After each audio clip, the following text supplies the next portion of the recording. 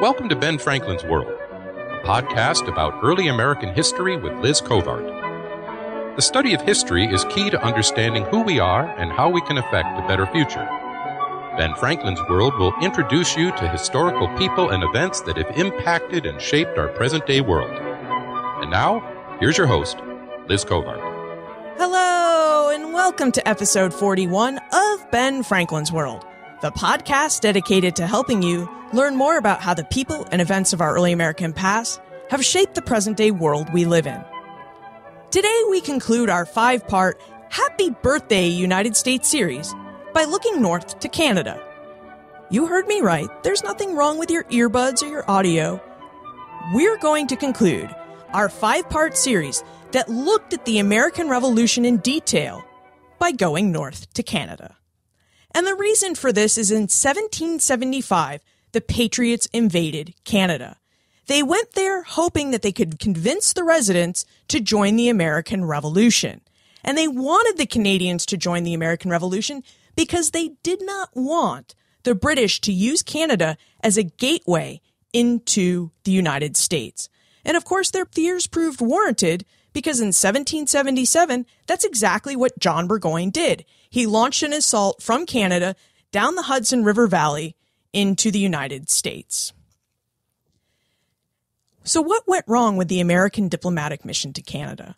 Today, we sit down with Bruno Paul Stenson, an historian and musicologist who works at the Château de Ramezay in Montreal, Canada. During our conversation, Bruno is going to reveal a lot of different history.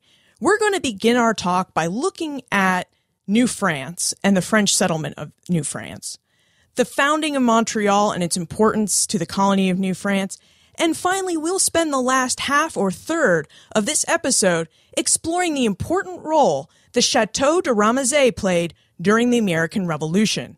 And it played quite an important role because it served as the headquarters for the American diplomatic mission to Canada. But before we meet Bruno, just a quick reminder that we are quickly approaching August 15th, the day of our first Ben Franklin's World listener meetup. Our meetup will commemorate the 250th anniversary of the Boston Stamp Act riot. You can visit benfranklinsworld.com/meetup for more details and to find the links where you can find out more information about the tour and where you can buy tickets.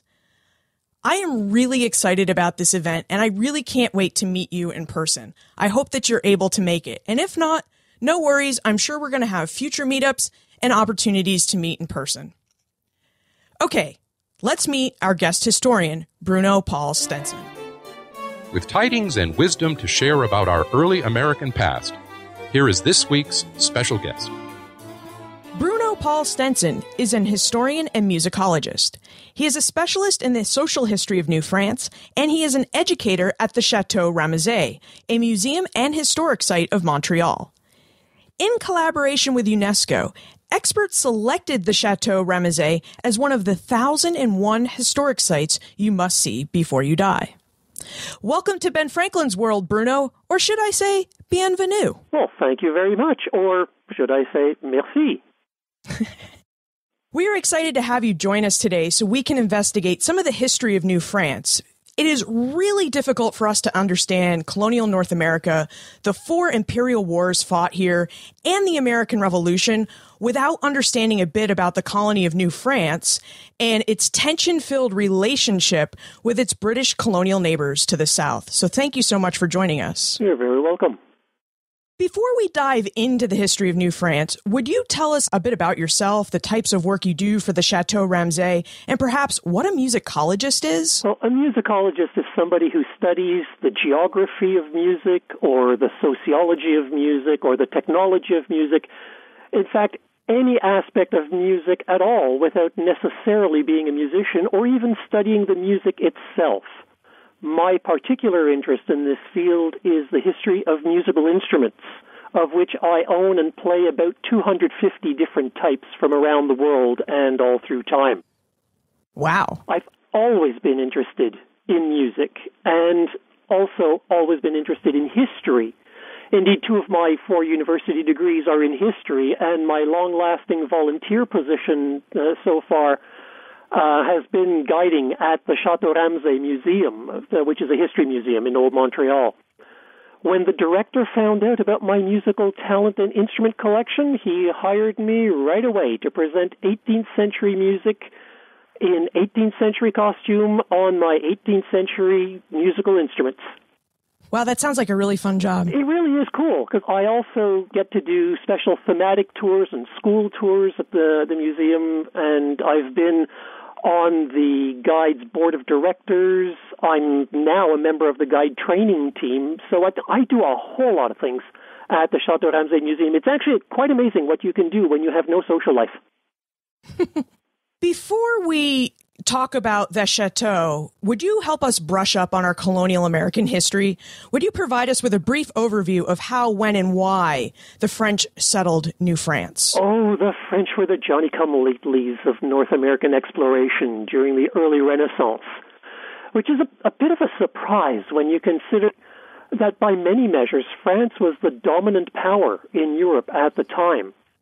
The Spanish, the Portuguese, the English were all quick off the mark in exploring and claiming land in the Americas after Christopher Columbus got flummoxed by the Caribbean in his attempt to go east by going west in 1492. But it wasn't until 1534 that Jacques Cartier was sent to the New World by French King François I, who famously reasoned, "I would like to see the clause in Adam's will that excludes me from sharing in this world." Until then, the French presence in North America had been limited to fishing off the Grand Banks of Newfoundland. Now, when Cartier got here, everything south of present-day Canada was already claimed by other European powers. So François' sharing in this world ended up meaning that France took possession of the land along the St. Lawrence River, which the French called Canada, land to the east of that, which they called Acadie, or Acadia, and then land down the middle of the continent from the Great Lakes all the way to the Gulf of Mexico, between land claimed by England to the east and Spain to the west. And the French called that land Louisiane, or Louisiana. Successful permanent settlement only began at Quebec in 1608, 1 year after Jamestown, Virginia. The reason for staying in the New World is given very succinctly in a document prepared in 1717 for the French minister in charge of the colonies. The very first sentence of the document says, "The beaver trade is almost the only objective of the French colony of Canada." The other important objective was converting the locals to Roman Catholicism. But everything else going on in this colony was subservient to and in support of the fur trade. What types of people settled in New France? Could you be a Protestant and settle in New France? What kind of work and background did the colonists have? Cardinal Richelieu made it quite clear. Now, Cardinal Richelieu was the prime minister of the King of France. And he made it quite clear. New France was to be a Catholic colony. So the people who settled here could only be Catholics. But it was the Protestants who attempted to establish a colony here between Jacques Cartier's exploration and Samuel de Champlain's founding of Quebec. So Cardinal Richelieu recognized the importance of the Protestants. So he allowed Protestants to work here, but they were not allowed to settle. And settling meant spending the winter. Because in winter, the St. Lawrence River froze solid. If you were here once the river had begun to freeze, you could not leave. You had therefore settled. So it's Catholics who could settle, Protestants who could work here, but obviously only between mid-spring and early autumn. And Jews were simply banned from the colony entirely.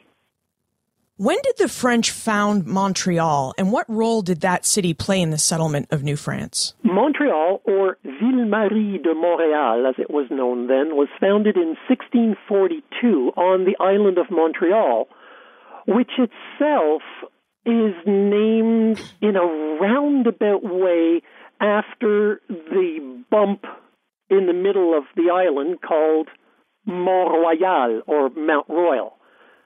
Now, that little bump was named by Jacques Cartier, who was from a country that has the Alps. So there's no way Cartier could look at Mount Royal and think, it's big, it's royal, it's important. No, the real story is actually more amusing. You see, one of his ship officers was the nephew of a bishop of the Roman Catholic Church in Sicily. And the seat of the bishopric was in Montreal, in northern Sicily. Cartier was sucking up to the bishop by naming the mountain and island after his bishopric.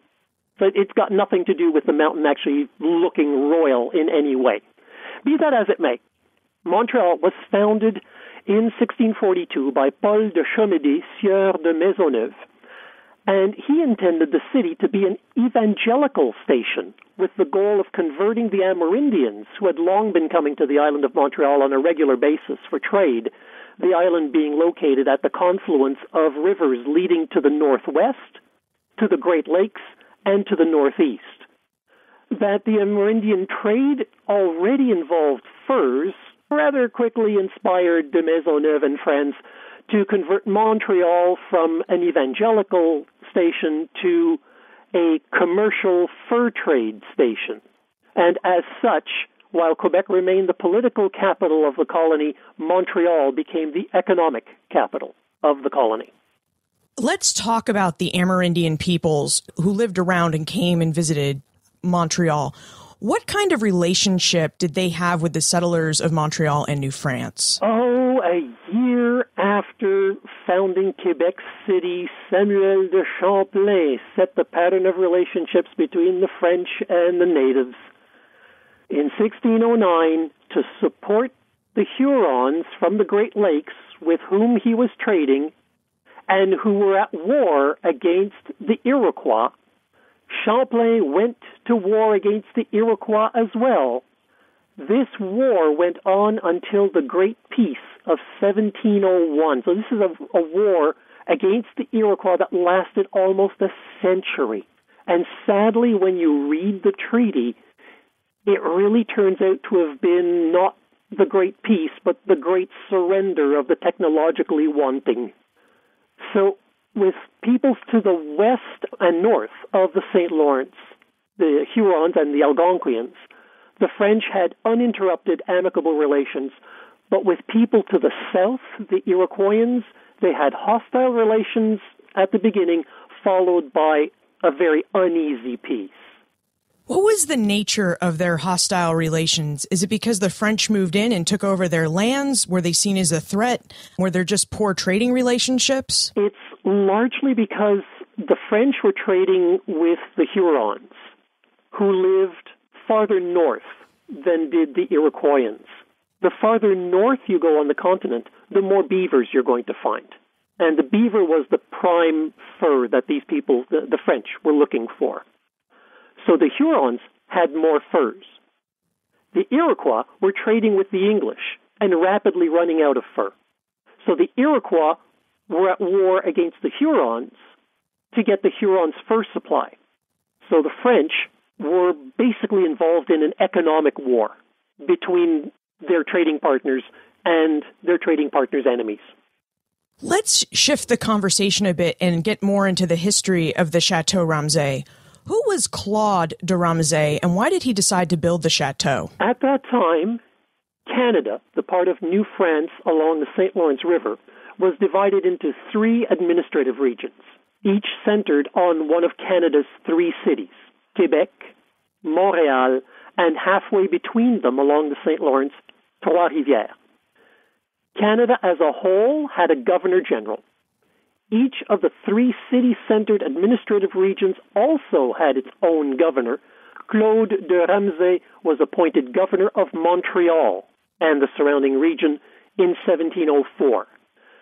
The French king, Louis XIII at the time, was too cheap to pay for housing and offices for his colonial governors, so Ramsay was forced to pay for his own.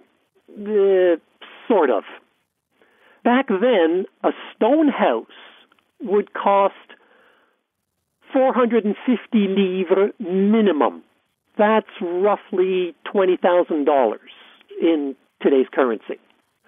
An expensive stone house could cost up to 2,000 livres, or about $90,000 in today's currency.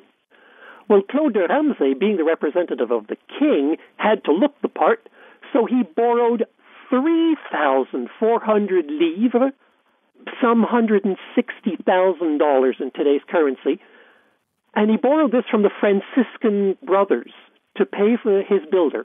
He described his stone house as the finest in all of Canada, and he never repaid the Franciscans. Ramsay remained governor of Montreal until his death in 1724.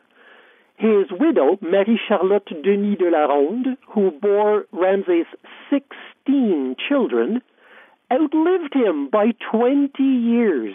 And when she died, their daughter, Françoise Louise, a lumber baron, by the way, sold the house. What did the house look like? How was he having it furnished? And how big was it? It seems like, 3,000 livres is a lot of money to spend on a house in the colonies. The house was then smaller than it is now. There was a minor fire in the house that prompted the new owners to expand the house, both in width and in depth. But it was a stone house with a high, steeply pitched roof, as was the fashion then in Europe. The house contained living quarters for himself, his large family, a large contingent of servants, and it also contained offices and other rooms for his official business, because the house was not only for living in, it was also the offices of the governor. So just picture a largish stone house in a city composed mainly of wooden houses. And you can get some idea of why Ramsay was under the illusion that it was the finest in all of Canada. That was actually going to be my next question. Now that we have a great picture of what this house looked like, what sort of context did he build it in? What did Montreal look like when de Ramsay arrived? Montreal was what I like to call a 5 by 20-minute city. It was a fortified city with a 25-foot high stone wall surrounding it. And because the city was built on a long, thin hillock running parallel to the St. Lawrence River, it ended up being a long, thin city. Walking from the north wall to the south wall across the city took about 5 minutes. Walking from the east wall through the city all the way to the west wall was about a 20-minute walk. Most of the houses, as I said, were made of wood. Homes of the elite on Notre Dame Street, which runs all along the crest of this hillock, were made of stone. And it's in the east end of that street that Ramsay built his house. The other major east-west artery close to the river is St. Paul Street, which still exists, as does Notre Dame Street still today. And this is where the merchants set up their homes and shops, the idea being to be closer to the St. Lawrence River because it's by river traffic that they received their goods and shipped their goods. So they had an interest in being as close to the river as possible. Now, in the middle of Notre Dame Street, and I do mean smack dab in the middle of the road, was Notre Dame Church. There was no way for someone visiting Montreal to claim that their absence from Sunday Mass was because they did not know where the church was. They literally had to walk around it as they went along the main street. Religion in the colony was omnipresent. The administrators of the island of Montreal were the Sulpician order, whose seminary remains on Notre Dame Street to this day. The central part of this seminary is the oldest standing building in Montreal. The Jesuits were also on Notre Dame Street, right across from where Ramsay built his house. The hospital at the time was run by the Hospitaller brothers, or Charon brothers, whose facilities were taken over by the Grey Nuns when the brothers went bankrupt. The major changes that occurred to this city over time through the French period were brought about by fires, which ravaged Montreal on a semi-regular basis, including the fire of 1721 during Ramsay's governorship. In this fire, 138 buildings were partially or totally destroyed. Montreal would remain this 5 by 20-minute city officially until the end of the 19th century. Suburbs had grown up around the city of Montreal, this walled city, and Montreal started gobbling up its suburbs, thereby expanding what was officially called Montreal, but only from the end of the 19th century onward. Earlier you mentioned that Montreal was really the economic capital of New France. I wonder if you could tell us how and I'm going to apologize for mispronouncing this, but the Compagnie d'Indes ended up occupying the chateau between 1745 and 1760. And of course, they're the French Company of the Indies. The Compagnie des Indes Occidentales ended up owning the Chateau Ramsay. You see, in New France, everything belonged to the King of France. Every drop of water, every blade of grass, everything, including the beavers, the main reason for the French being there. Now, because the king could not personally run every aspect of the colony, a company was set up to run the fur trade. And that was the Compagnie des Indes Occidentales, or the West Indies Company. It's this company that bought the Ramsays House from their lumber baron daughter in 1745. They used it as their North American headquarters, their corporate headquarters being in the French West Coast port of Nantes. And it's the Compagnie des Indes that expanded the chateau when they repaired the damage left by the fire in 1755. In addition to dealing in furs from Canada, the Compagnie des Indes Occidentales dealt in sugarcane from the Caribbean and slaves from Africa. This was referred to as the triangular trade.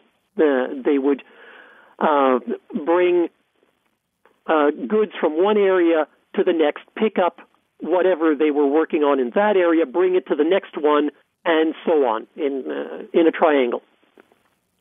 When the British took over New France at the end of the 7 Years' War, the Compagnie des Indes Occidentales obviously lost their fur trading rights in Canada, and they lost their access to the Chateau Ramsay. So they reorganized and became history's biggest slave trading company. Wow. Do you know how many slaves they would have traded in a year to make them the biggest? Well, we're looking at hundreds of thousands. Wow. Now, by 1775, the chateau had come to play a role in the American Revolution. In 1775, the American rebels launched an offensive into Canada with the hope that they would prevent a British attack on the 13 colonies coming from Canada.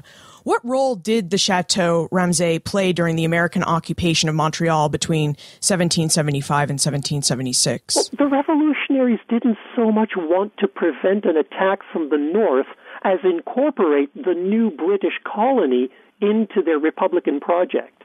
By 1775, the Chateau Ramsay was serving as the office of the British governor of the former New France. When the Continental Army entered Montreal on November 12, 1775, they made a beeline for the Chateau Ramsay and used it as their headquarters until they left in the spring of 1776. Now, you mentioned that the Americans wanted to incorporate Quebec and Canada into their revolutionary experiment. How did the men and women of Montreal and Quebec feel about the American Revolution? Well, we have to bear in mind that by some estimates, only 20% of the American population supported the American Revolution. So it should come as no surprise that the majority of the population in Canada was also against the revolution. The elite here was against the invaders, but as is always the case in such situations, there was a rebellious element largely among the youth who supported the revolution. But that enthusiasm did not last long. When Richard Montgomery entered Montreal without facing any resistance. He quickly understood that British Governor Guy Carleton had left the city with all of its military to reinforce Quebec City against an attack by Benedict Arnold and his troops.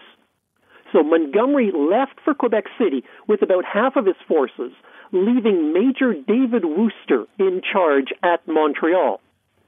Wooster, sadly, was not the sharpest bayonet on the muskets. He jailed the leading citizens, closed the churches, and in December, possibly his most brilliant move, he forbade midnight mass. And to these mistakes, which clearly placed the population against them, we have to add the fact that the Continental Army was spreading smallpox among the population. So with all of this, Montrealers turned against the revolutionaries. Also, having only Continental scrip in their pockets, the Americans were unable to pay for food and lodging because the locals did not recognize or trust that currency. This forced the Americans to raid farms for food, and it forced them to impose themselves upon the farmers in their farmhouses for lodging. So people in the countryside turned against them. And, of course, at Quebec City, well, there was the siege by the combined forces of Richard Montgomery and Benedict Arnold. So the people at Quebec City failed to rally to support the revolutionaries. Incidentally, the attack on Quebec City was the product of what can easily be described as the most idiotic battle plan ever devised. The Americans were not a formal army. There were some military, legitimate military within their ranks, but mostly they were militiamen. These were part-time contract soldiers whose contracts were to expire on January 1st, 1776. And we're already in November when they enter Montreal. Many of these militiamen were suffering from smallpox and pneumonia. They ended up eating their boot leather, cartridge boxes, and their dog, a Newfoundland, by the way, just in case you're curious. Their battle plan? Wait for the first snowy night so they could attack Quebec City in darkness and be hidden by the snow. Well, that first snowy night only came in the night of December 30th to 31st, a day and a half before the militiamen's contracts were due to expire. To make sure they could recognize each other in the dark, in the snow, the Americans put hemlock twigs in their hats. I don't know if you've ever been out on a dark, snowy night, but there's no way you can see a hemlock twig in anybody's hat. Montgomery and most of his officers were shot dead in the first volley at 2 a.m, largely because Montgomery got the whole proceedings started by yelling at the top of his lungs, "Boys, Quebec is ours!" And that, of course, just told the Canadians where to aim and shoot. Arnold was just at the other end of Quebec City waiting to hear musket fire to know that he should also begin his assault. And he was almost immediately shot, as memory serves, he was shot in the leg. That put him out of commission, and his troops ended up surrendering by 9 a.m. So the whole thing lasted about 7 hours and resulted in 20 British casualties and 100 American casualties, some of whom were not found until the following spring because of the snowstorm that they decided to stage the attack in. So whatever goodwill the Americans might have found upon their arrival in Canada quickly turned to animosity all across the territory, and that prompted a call for diplomats to come up to Montreal and try their hand at getting support from Canada. Yeah, I mean, I've read some of the correspondence between General Schuyler, who was technically the American in charge of the invasion, to the Continental Congress. And Schuyler was like, we don't have enough supplies. I don't want to really launch this attack. And Continental Congress is, you will invade Canada. They really wanted to add Canada to their rebellion. And as you've mentioned, it really was fraught, but that didn't stop the Continental Congress from really trying to make a diplomatic case and try to turn things around in Canada. So would you tell us about the diplomats they sent over and what their mission was? Seeing that the military strategy was really not working out, the revolutionaries called for diplomatic assistance in the early spring of 1776, and a team of 3 was sent up. Charles Carroll of Carrollton. Now, he was a Roman Catholic educated in France, so he could talk to the locals. Samuel Chase was a lawyer, so he could deal with legal worries that people might have up here. And then, of course, there was Ben Franklin. Franklin had the wherewithal to send a printer ahead of the diplomats with instructions to produce pro-revolutionary propaganda in French. Now, this fellow's name was Fleury Méplet. He was a Frenchman whom Franklin had met in London and to whom he had recommended Philadelphia as a place to set up his print shop.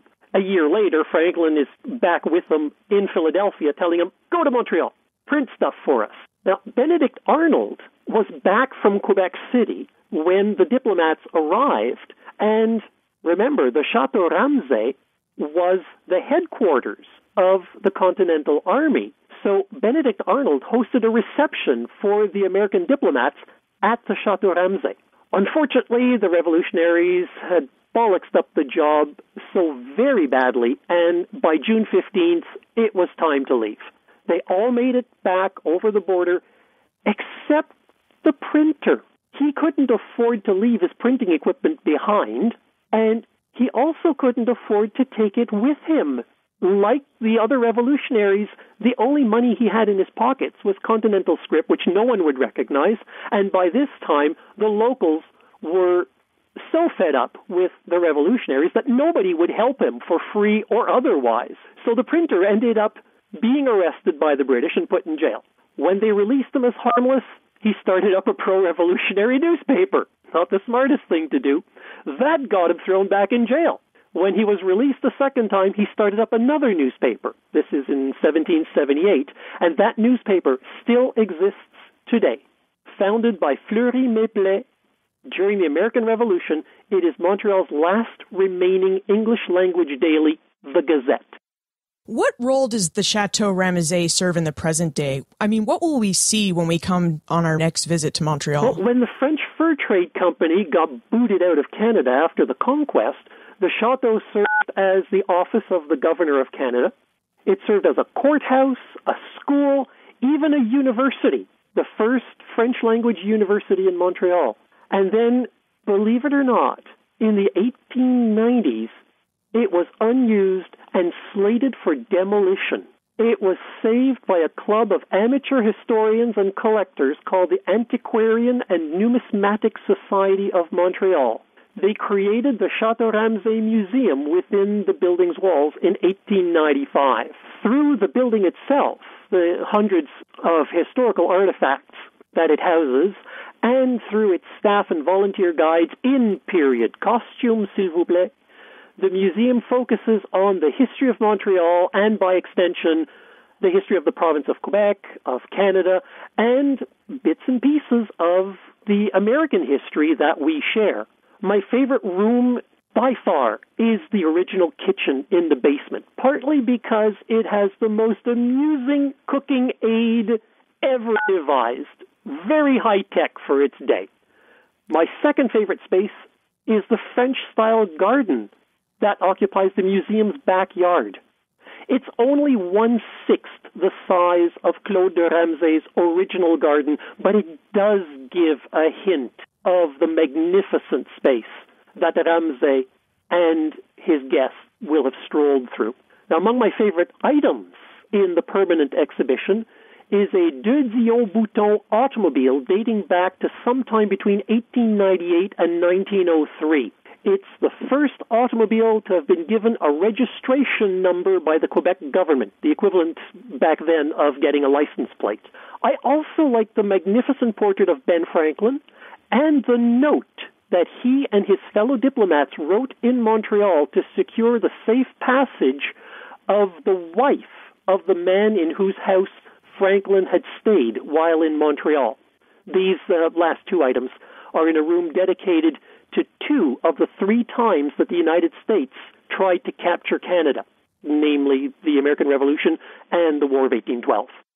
All right, Bruno, I think you need to tell us a bit more about this intriguing kitchen device. So what is it? Why is it so technologically advanced? Well, imagine a large kitchen fireplace. Right? It's larger than the fireplaces that are used to heat a room, as this is used for cooking. In front of the fire, you will have a spit, the long, thin rod on which you place the meat to be barbecued.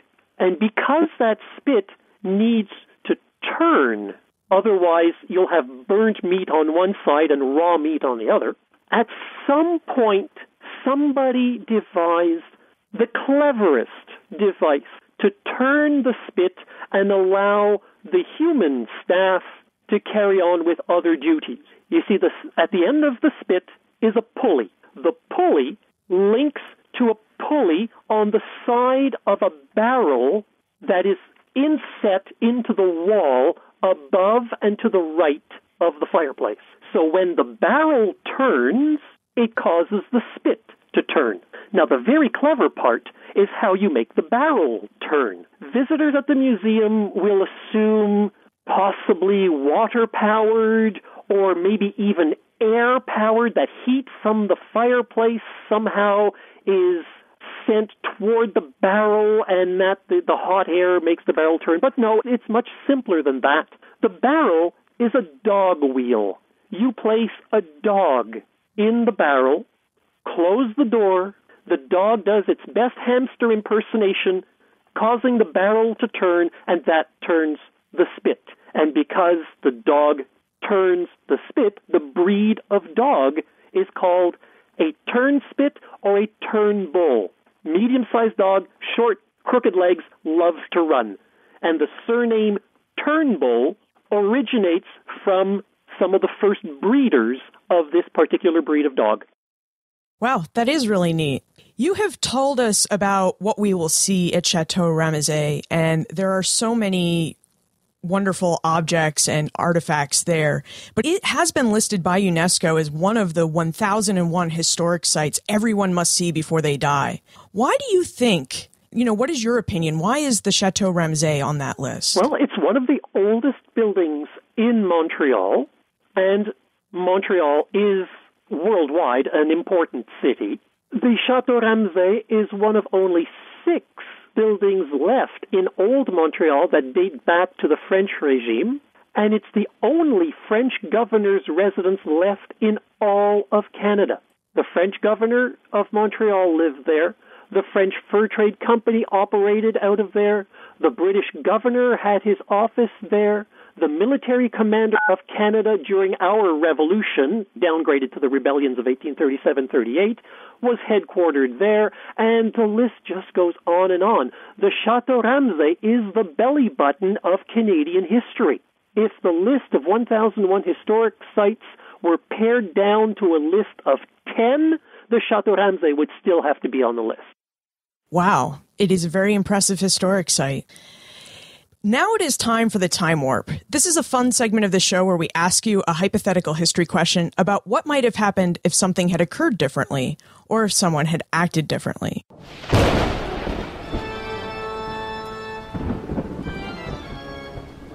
The Time Warp. Historians can't predict the future, but they can speculate about what might have been. So, Bruno, let's go back to the American Revolution. In your opinion, what might have happened if the Americans had held Montreal in 1776, if they could have repaired their relations? Do you think Quebec would have become the 14th state of the United States? The key would not have been in holding the city of Montreal. It would have been in taking and keeping the city of Quebec, because whoever controlled Quebec City controlled access to the interior of the continent via the St. Lawrence River for whatever reinforcements would be coming, whether they be British or American. Now, assuming the Americans had this control, Canada would have become the 14th state in the Union, but it would not have lasted long. The French population tolerated the English government thanks in large part to the Quebec Act of 1774, which guaranteed them language, religion, and land ownership systems that they were used to in the days of New France under the French.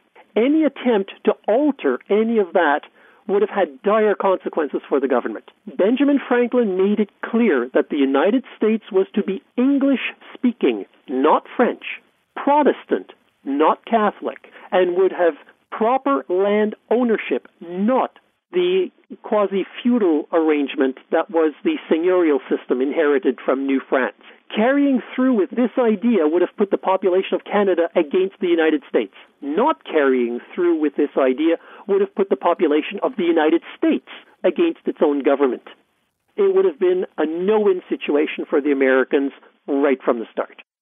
And Franklin wasn't the only one. Most of the colonists in New England also would have resisted Catholicism or the French language. And we can see that in the way that they protested. After the Boston Tea Party, England passed several acts to punish them. They closed the port of Boston. They limited town meetings and government meetings. And one of the acts that was not even part of the acts to punish New England, but the New Englanders took it so personally, was the Quebec Act. It was like, oh my God, you're going to let the Catholics hold office? And they had a big issue with it. So it's very interesting to see the perspective you put on that. It sounds about right, I think. Before we conclude, would you tell us whether the Chateau Ramezay has any other special events or educational programs we should be on the lookout for when we plan our visit? Oh my, it's a long list. In addition to the permanent exhibition on the history of Montreal and a temporary exhibition, currently it's on the 1st Military Regiment in Canada, the museum stages several seasonal activities, such as period military and other demonstrations in summer, a pumpkin-themed exhibition in the garden every autumn, and a special exhibition during the holiday season, the Christmas-themed exhibition. The museum also offers school tours, hosts children's birthday parties, and the building and garden can even be rented for special events such as weddings. So if any of your listeners want to come up to Montreal and get married, they can rent the chateau. Fantastic. And where is the best place to look for more information about the Chateau Ramsay and how to plan our visit? Oh, in the 21st century, where else? The best place to find information about this 18th century building and its current offerings is online at chateauramsay.qc.ca. Fantastic. Bruno, thank you so much for sharing the early history of New France with us and showing us the intertwined nature between Canadian and United States history. You're most welcome. Many books and articles would have you believe that Canada almost became the 13th state in the United States. However, when we look at the historical record and we read the letters from the diplomats and soldiers on the ground, they confirm exactly what Bruno just shared with us. Most Canadians did not want to join the American Revolution. As for the Château de Ramezay, I highly recommend a visit. I had the opportunity to visit the museum last September during my French and Indian War tour. The museum had a lot of great interactive exhibits and discussed a lot of the history that Bruno shared with us, but in a lot more detail. It was fantastic. In fact, it was so good. This is why they're on the show. I wanted to bring the museum to your attention with the hope that the next time you have the opportunity to visit Montreal, you'll stop by and visit that fantastic museum. You can find more information about the Château de Ramezay, their special events, and how to plan your visit by visiting the show notes page for this episode, benfranklinsworld.com/041. We are less than 2 weeks away from our meetup, and I'm wicked excited about it. If you are interested in coming along for our Boston Stamp Act Riots Tour, please visit benfranklinsworld.com/meetup for more details.